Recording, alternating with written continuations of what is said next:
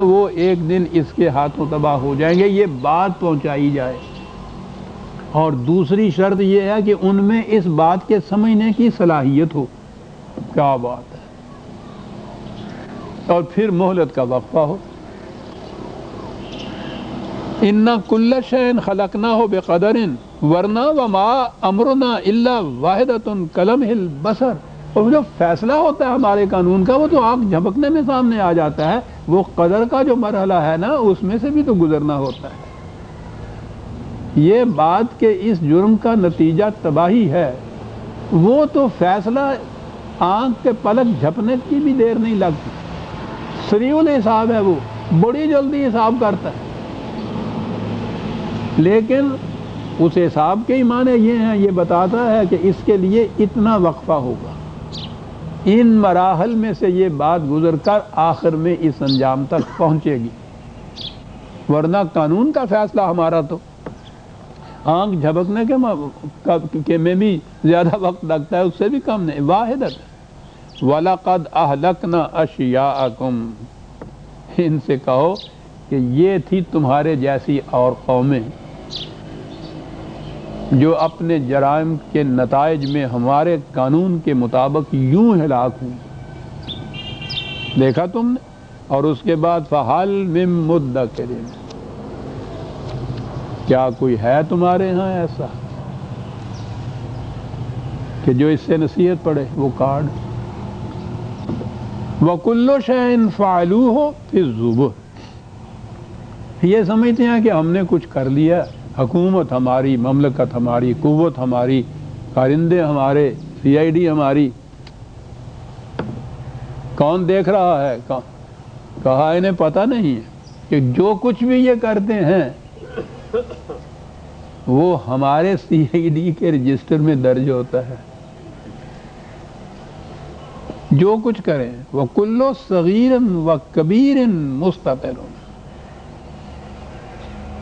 چھوٹی بات بھی بڑی بات بھی کوئی بھی اس کی نگاہوں سے اوجھل نہیں رہتی۔ ایسا نہیں ہوتا کہ کوئی چیز بھی چھوٹ گئی ہو اس میں سے۔ وہ تو کہتا ہے نا کہ ہم تو نگاہوں کی خیانت اور دل میں گزرنے والے خیالات تک سے بھی واقف ہوتے ہیں۔ یہ جرم یہ نہیں ہے کہ جو سرزد ہو کے سامنے محسوس شکل میں آئے تو جرم کہلائے، اس سے پیشتر نیتیں آپ کی کتنی بھی ہوں، ارادے کچھ بھی ہوں، ان پہ تو گرفت ہی نہیں ہو سکتی، نہ وہ قانوناً جرم ہوتا ہے۔ لیکن وہ تو چور کو نہیں، چور کی ماں کو مارتا، وہ تو دل میں ارادہ پیدا جب ہوتا ہے، وہ کہتا ہے یہیں سے تو سارا شر اٹھتا ہے، بیج تو یہی ہے۔ اور اسی لیے وہ جو زور دیتا ہے وہ تطہیر قلب و نگاہ پہ دیتا ہے کہ صحیح پاکیزگی جو ہے خیالات اور ذہنیت کے اندر، جذبات کے اندر، قلب کے اندر، دماغ کے اندر، یہاں سے وہ اپنی تعلیم شروع کرتا ہے کہ اگر خیال ہی نہ گزرے جرم کا تو جرم سرزد ہی نہیں ہو سکتا۔ کُلُّ صغیر و کبیر مستتر، کہتا یہ تو ان کی کیفیت جنہوں نے غلط نظام کے مطابق زندگی بسر کی۔ اور اس کے برعکس آخری دو آیتیں آ گئی سورہ القمر کی، عزیزان من، ان المتقین فی جنات و نہر، وہ کہ جنہوں نے احتیاط برتی اس بات کی کہ غلط نظام زندگی نہ برپا ہو، صحیح نظام کے اوپر رہیں۔ تقویٰ کے معنی ہوتا ہے نگہداشت رکھنا، کسی غلط بات کے انجام سے ڈرنا کہ آگ میں انگلی ڈال دی تو جل جی جائے گی، اسے تقویٰ کہتے ہیں۔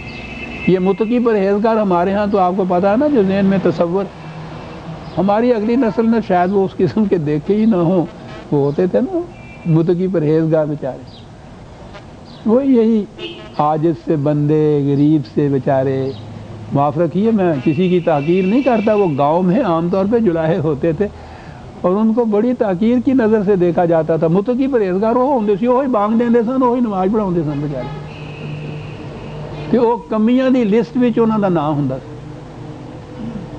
گاؤں کے کمی کمین ہوتے تھے نا جی۔ میں نہیں کسی کی تحقیق کر رہا، میں بات بتا رہا ہوں، ہمارا نظام معاشرے کا یہ تھا کہ وہ جو وہاں ہوتے تھے نا، یہ دھوبی، وہ نائی اور کمہار، اور یہ رجسٹر جو تھا نا مردم شماری کا، اس میں اس خانے میں امام مسجد کا بھی نام ہوتا تھا.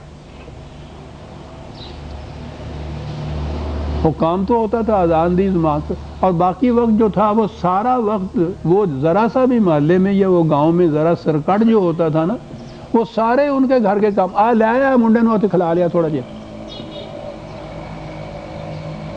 لائق سنے اتنے دیا. وہ میاں جی جڑے سن وہ سارا دن یہ کرتے پھرتے سن. ہوتے ان کو کہتے تھے متقی پرہیزگار. کہاں سے بات کہاں جا پہنچتی ہے. نگہداشت رکھنے والا اس بات کا کہ غلط نظام قائم نہ ہو جائے، اس کو متقی کہتے ہیں. عزیز عالمان، اس احتیاط کو تقوی کہتے ہیں.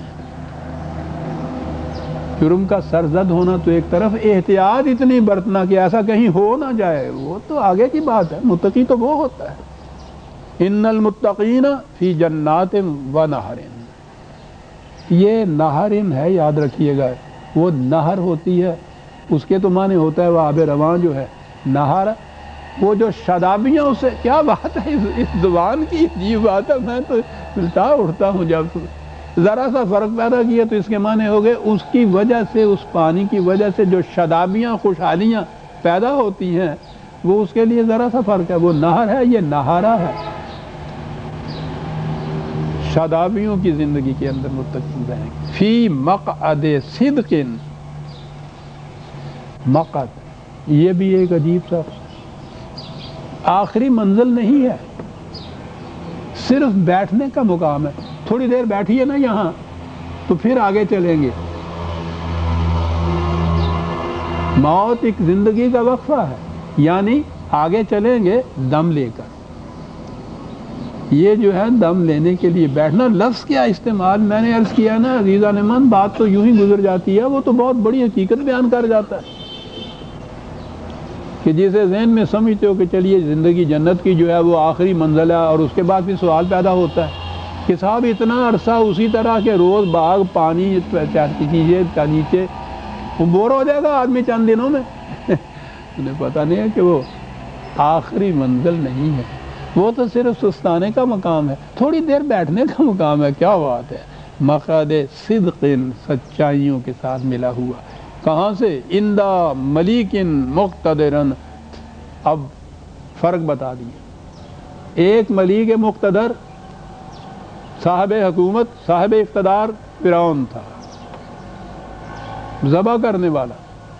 ایک یہ خدا ہے ملیک و مقتدر، خاص طور پہ وہ لایا ہے یہاں یہ الفاظ کہ ایک اس کی حکومت ہے جس کی حکومت کے اندر جنات و نہر اور مقعد صدق، یہ کیفیتیں جس میں ہوگی. دونوں میں فرق ہے. قوت بجائے خیش معیوب چیز نہیں ہے، یہ ذریعہ ہے کسی دوسری چیز کے حاصل کرنے یا پہنچانے کا. اس قوت کے ذریعے سے اگر استحصال کرنے والوں کے قبضے کو توڑ دیا جائے، ان کی کلائی موڑ دی جائے، اگر ظالم کے سینے میں خنجر چبھو دیا جائے، یہی قوت جو ہے یہ ہزار نیکیوں کا باعث ہے. اگر مظلوم کی کلی آپ نے مروڑ دی ہے تو یہی قوت آپ کی عذاب جہنم بن جاتی ہے. قوت تو وہی چیز ہوتی ہے. ملیک و مقتدر فرعون بھی تھا جس کا پہلے ذکر کیا، انسانیت کا کو ذبح کر کے رکھ دیتا تھا. ملیک مقتدر ایک خدا بھی ہے کہ جس کی کیفیت یہ ہے کہ اس کے نظام پہ چلنے والے جو ہیں زندگی کی شادابیوں خوشحالیوں کے اندر مقعدن کے اندر رہیں گے. یہ ہوگا ان کا انجام، وہ ہوگا اس کا انجام. سورہ القمر کی آخری آیت آ گئی. اگلے درس میں ہم سورہ الرحمن لیں گے. صاحب نام سے ہی دلوں کے اندر ایک توازن پیدا ہو جاتا ہے. الرحمن، ربنا تقبل منا انک انت السمیع العلیم ایک ضروری اعلان ہے. آپ کو شاید یاد ہوگا کہ سال میں کچھ تقاریب ایسی آتی ہیں جن میں میرے درس خصوصی ہوتے ہیں. ان میں ایک تقریب قائد اعظم علیہ الرحمہ کی یوم پیدائش کی بھی ہوتی ہے جو 25 دسمبر کو آتا ہے، اس اعتبار سے کہ وہ قوم کے بہت بڑے محسن تھے. انہوں نے قرآنی